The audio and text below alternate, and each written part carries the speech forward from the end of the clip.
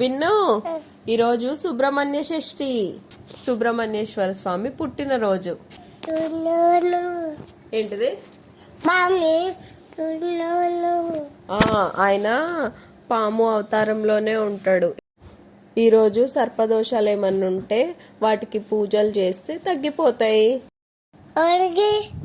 సర్పదోషాలున్న వాళ్ళకి.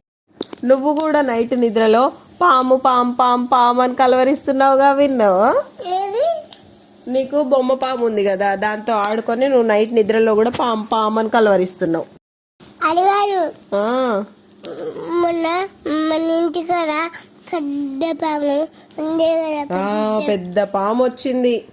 సుబ్రహ్మణ్య షష్ఠి రోజు సుబ్రహ్మణ్యేశ్వర స్వామికి వల్లి దేవసేనకి కళ్యాణం చేస్తారు.